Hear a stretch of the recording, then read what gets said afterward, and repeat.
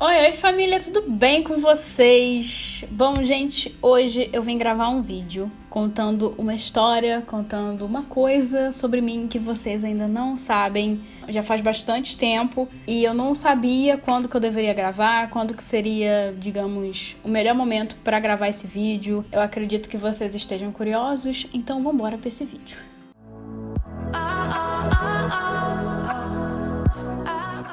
Não vou lembrar as datas certas, o momento certo, eu não vou conseguir lembrar. Em 2011, passei por um momento bem difícil de saúde e um dos mais difíceis espiritualmente. Eu estava terminando meu ensino médio, eu já estava no terceiro ano, finalizando ali para poder se formar. E chegou uma época do ano, eu não lembro quando foi, não lembro se foi meio do ano, se foi mais para frente, eu não vou lembrar. Que eu comecei a ficar doente com muita frequência. E aí eu ficava com febre, eu tossia, espirrava, então era sintoma, vomitava também, era sintomas ou de resfriado ou de virose. E aí passando alguns dias tomando remédio em casa, eu não melhorava, e aí fomos pro postinho aqui no bairro. E aí eu fui diagnosticada com virose. E aí fui medicada, ela não vou lembrar, passou medicamento e eu vim embora. Teve um 10% mais ou menos de melhora, mas eu não melhorei 100% e voltei pro posto para poder fazer consulta. Eu acho que foi a segunda vez, também não vou lembrar quantas vezes eu fui, mas deve ter sido a segunda. Eu lembro que eu fui uma vez e eu fiquei tão chocada, porque eu fui fazer a consulta e a médica que tava, ela nem mal olhou pra mim, ela nem saiu assim de trás, sabe, da mesinha deles, ela nem saiu de trás ali para poder me examinar. E aí me diagnosticou com virose. Mesmo minha mãe falando que não era, que eu já tava doente, já tinha um tempo, não sei o quê, é virose. Fomos para casa novamente. Não melhorei com o tempo. Na semana seguinte, fomos lá novamente. E cada dia que a gente foi, cada dia que fomos, era dias da semana diferente. Então a gente acabava pegando médicos diferentes. E aí, na última vez que fomos, foi um outro médico. E esse médico, sim, foi Deus que enviou. Ele me examinou totalmente, fez ali o que ele tinha que fazer, escutou meu pulmão, auscultou, não sei como é que fala, termos médicos, eu não vou entender. E aí ele escutou um pulmão, depois escutou o outro. Ele deu aquelas batidinhas e o som estava diferente. E aí ele ficou preocupado e me mandou pro UPA para poder fazer o raio-x e saber o que era. Fizemos o raio-x e o raio-x deu pneumonia. E o que assustou a gente nesse raio-x, tanto a mim quanto minha mãe já foi enfermeira. Ela trabalhou por anos exercendo enfermagem no hospital. Ela entende, ela conhece, enfim. E aí quando vimos o raio-x, eu estava praticamente com um pulmão totalmente cheio, totalmente, digamos, bloqueado com a pneumonia. Eu estava praticamente respirando com um pulmão só. Sabe sintomas de tipo falta de ar? Eu não senti. E aí levei o raio-x pro médico que tava lá de plantão, e aí ele me mandou pra ala de medicação pra tomar aquele negocinho amarelo. É amarelo aquele negócio? Pra quem tem pneumonia, eu não lembro. Mas é um líquidozinho na veia. E eu fiquei lá tomando esse remédio, depois eu fui pra casa. Ele queria me segurar lá, passar a noite lá e vai passar a noite do UPA. É uma desgraça. Mas minha mãe conseguiu minha liberação por ela ser enfermeira, né? Conhecer a área e tal. Então ele acabou liberando. Melhorei, mas tive uma recaída novamente. Comecei com febre de novo. E aí, como a gente já sabia o dia que a gente ia pegar aquele médico no posto, né? Que foi o que me mandou pro UPA para fazer um exame mais específico, nós fomos no dia que ele estaria lá novamente. E aí, chegando lá, ele fez os mesmos exames, fez a mesma coisa. A gente contou, né, que tinha dado pneumonia e papapá.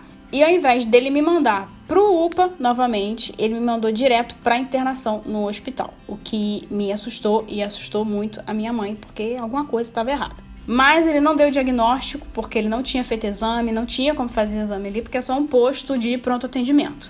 E chegando no hospital, né, dei entrada, né, todo aquele processo. Começou o processo um dos processos mais difíceis, que foi chegar num diagnóstico. Porque foi exame atrás de exame. Eu não lembro quantos dias que a gente ficou no hospital sem ter um diagnóstico. Eu fiquei internada, acho que 15 dias, mas a gente ficou alguns dias lá sem diagnóstico. Fazia exame e esperava resultado e dava negativo, e fazia outro exame e era negativo. Enfim, gente, foi bem exaustivo. Uma coisa que eu lembrei aqui agora, que teve um dia, Deus cuidando dos mínimos detalhes, que ele tinha falado que eu poderia ter alta, que ele ia esperar, acho que o resultado do exame. Daqui a pouco ele vinha, né, na próxima visita, você não vai embora hoje. E isso aconteceu umas 2 ou 3 vezes. E era sempre aquele balde de água fria. E aí um dia ele chegou lá e falou que eu estava com tuberculose. E tuberculose, para quem não sabe, a maioria é contagiosa. Então, na mesma hora, ele me mandou para um quarto separado, porque eu tava naquele quarto em conjunto, sabe? Que tinham outras pessoas ali comigo, um quarto bem grande. E aí, como eu fui diagnosticada com isso, ele me mandou para um quarto isolado, o que para mim foi um alívio. E foi, digamos, ali dentro que eu passei um dos momentos mais difíceis, mais tensos. Vou explicar mais no final. Com o diagnóstico, ele começou a fazer alguns exames para saber qual era a origem da tuberculose, se era contagiosa. Uma coisa que eu esqueci de falar com vocês, teve uma visita que ele fez para, não sei se foi para pedir exame ou se foi para falar de um resultado de algum. Ele veio escutar meu coração e falou que eu tinha sopro no coração. E aí já ficamos assustadas novamente. Passou um exame lá para fazer, para poder ver, né, direitinho como é que tava. E meu coração estava em perfeito estado, graças a Deus. Umas coisas que eu esqueci de mencionar para vocês. Eu estava com a imunidade baixa e anêmica. Então, dentro de ambiente hospitalar, com imunidade baixa, o risco de eu pegar uma infecção ali era muito grande. E aí saiu os resultados, né, dos exames depois de um tempo. E descobriram que, graças a Deus, não era contagiosa. E eu lembro que até chegar o resultado da gente saber se era ou não contagiosa, todo mundo que entrava naquele quarto tinha que usar máscara. Eu não sei se eu vou ter essa foto, porque essa foto é muito antiga. Não vou achar essa foto em lugar nenhum. Eu lembro de uma foto que eu tirei com um amigo meu da igreja. Do lado dele, sabe? E os dois de máscara. Ele foi lá me visitar e a gente tava lá de boa. Foi uma das fotos, assim, que eu guardei com mais carinho, sabe? E aí, ali dentro daquele quarto, por dias, esperando o remédio chegar, porque mesmo que eu já tinha sido diagnosticada, já sabia, já podia tratar, eu ainda estava esperando o remédio, porque acho que não tinha no hospital, tinha que buscar em outro lugar, não lembro. Eu lembro que eu estava com um computador lá, com um notebook, e na época, eu até hoje gosto bastante, mas na época era muito mais forte. Eu gostava muito da Fernanda Brum. Então, assim, eu passava dias e noites assistindo os DVDs dela, as ministrações, e eu chorava, meu Deus. Foi, de certa forma, um certo consolo, um certo conforto assistir e ouvir e crer, sabe, naquilo que eu tava ouvindo, naquilo que eu tava escutando. Eu não lembro se foi junto o diagnóstico, mas tem um terceiro diagnóstico. Eu não lembro se a tuberculose e esse terceiro que eu vou falar agora foi diagnosticado junto ou se foi depois. Eu não vou lembrar. Mas também fui diagnosticada com derrame pleural. Eu vou botar aqui do lado para vocês saberem o que é o derrame pleural, mas eu vou dizer como o médico me explicou na época e como minha mãe me explicou também. O nosso pulmão, ele tem uma pelinha em volta dele. Entre meu pulmão e essa pelinha tinha água, não sei se é água, mas tinha um líquido ali em volta do meu pulmão, que não era pra estar ali, né, obviamente. Eu tava com água, né, no pulmão, e eu lembro que eu não podia ficar deitada em cima, foi meu pulmão esquerdo, a pessoa pensando, foi meu pulmão esquerdão, foi meu pulmão direito, eu não podia deitar em cima dele.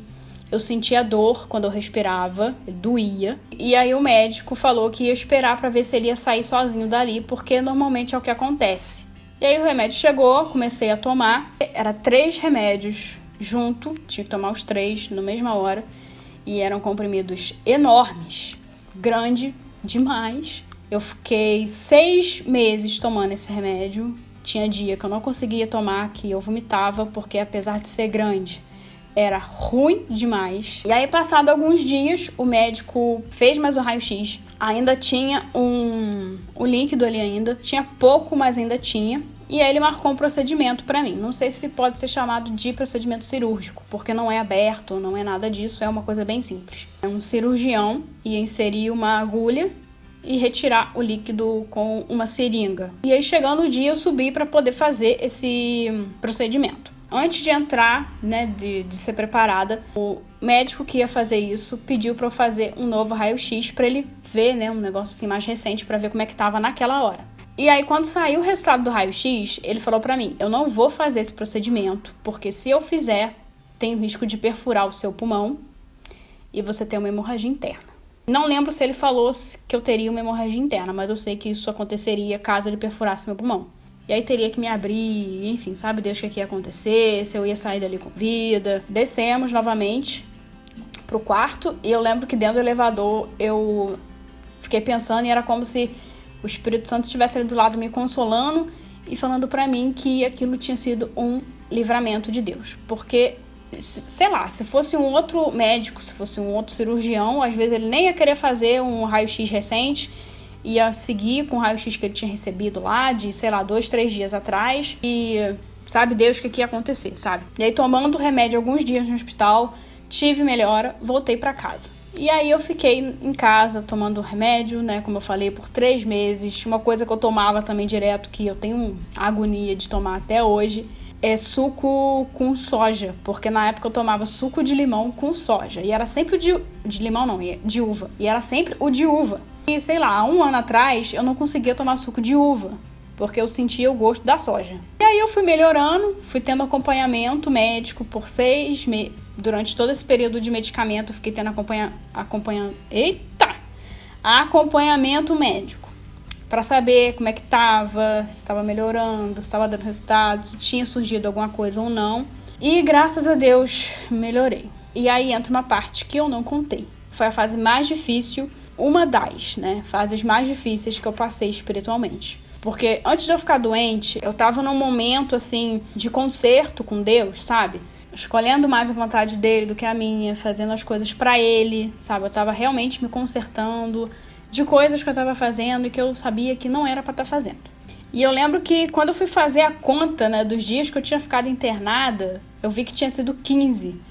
Mas pra mim, parece que foi um mês, sabe? Parece que foi muito mais do que 15 dias, porque os dias não passavam, eram dias sem respostas, eram dias cansativos. Quando fomos pro quarto isolado, né, que ficamos lá no isolamento, eu tinha um pouco mais de liberdade, né, porque às vezes minha mãe saía e eu ficava sozinha. Eu passei momentos ali de muito questionamento com Deus, muito questionamento. Eu perguntava o porquê que eu estava passando por aquilo, por que ele tinha permitido eu passar. Eu lembro de falar, não sei se foram, não lembro as palavras certas que eu usei, mas eu lembro de falar que, poxa, agora que eu tô me consertando, agora que minha vida tá melhorando, o Senhor deixa isso acontecer comigo. Enfim, gente, eu questionei muito a Deus nesse período. O que me confortava, assim, porque eu não tive resposta. Se você me perguntar se ele falou comigo, não falou, tá? Com a minha mãe eu já não sei, porque aí foi ela com Deus.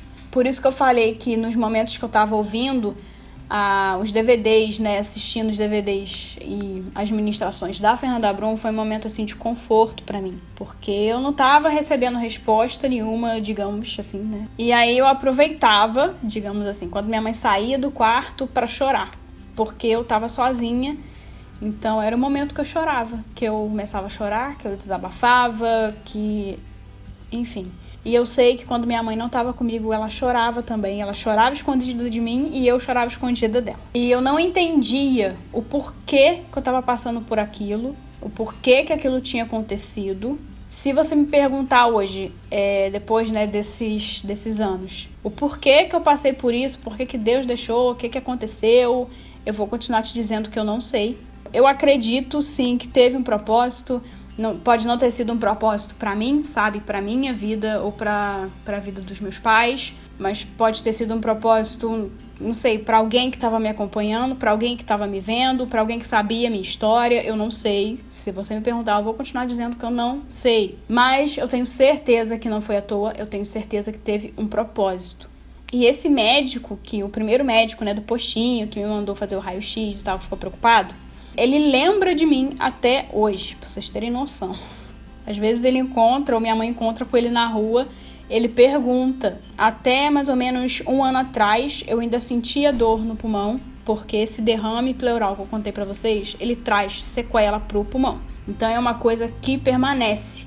A minha mãe, ela teve isso também, acho que depois de uma gravidez dela, não lembro de quem, que eu tenho mais 2 irmãos, e ela até hoje, ela ainda sente uma dorzinha no pulmão. Eu não sinto mais. Eu achei que eu ia passar a vida sentindo dor, e eu não sinto mais, simplesmente sumiu. E eu acredito sim que foi tudo parte de uma cura, sabe? E aí eu orei comigo mesma, né, eu e Deus, e eu falei com ele, eu falei, eu sei que o Senhor não cura pela metade. Se essa dorzinha tá aqui ainda, é porque ainda tem um propósito nisso tudo.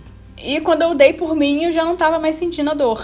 E enfim, gente, aqui estou eu, depois de alguns anos já depois disso. Um tempo depois disso tudo, eu criei o meu perfil naquela rede social de perguntas e respostas, que é a ESC FM. Eu tenho um perfil até hoje, mas tá inativo, que eu criei ele com o intuito de ajudar outras pessoas. Então, assim, depois desse período de dificuldade que eu passei, depois desse momento que eu passei, eu gosto até hoje, né? Muito de escrever e dar conselhos. Então, eu tinha um blog, tinha essa rede social que na época bombou muito. Eu conseguia ajudar muitas pessoas, recebi muitos testemunhos ali dentro. E foi ali o primeiro lugar, digamos assim, a primeira plataforma que eu entrei nesse intuito, sabe? De evangelizar e de ajudar outras pessoas. E depois de lá, eu fui pro YouTube. Tô aqui no YouTube com vocês. E tudo na vida tem um propósito, né? Eu não sei com quantos vídeos eu já abençoei pessoas, mas eu já recebi muito testemunho